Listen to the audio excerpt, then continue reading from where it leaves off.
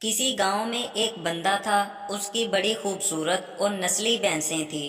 اکثر رات کو ایک چور اس کی حویلی میں بھینسیں چوری کرنے کی نیت سے آتا، لیکن وہاں پر کچھ نہ دیکھ پاتا۔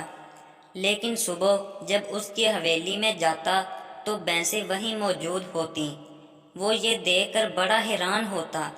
ایک دن اس چور نے بھینسوں کے مالک سے حیران ہو کر پوچھا، تمہاری بھینسیں بالکل محفوظ ہیں، چوری نہیں ہوتی؟ گاؤں میں تو اکثر لوگوں کی چوریاں ہوتی ہیں اور جانور لوگ لے جاتے ہیں۔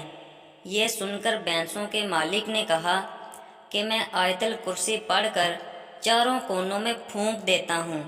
اسی طرح اگر اپنے مال و اسباب پر آیت الکرسی پڑھ کر پھونک دیں تو کوئی بھی قیمتی چیز کبھی بھی چوری نہ ہوگی، لیکن شرط یہ ہے کہ عمل پورے یقین کے ساتھ کیا جائے، کیونکہ عمل یقین کے ساتھ ہو تو اثر ضرور کرتا ہے۔ دوستو، ویڈیو پسند آئے تو ہمارے چینل کو ضرور سبسکرائب کریں۔ اللہ حافظ۔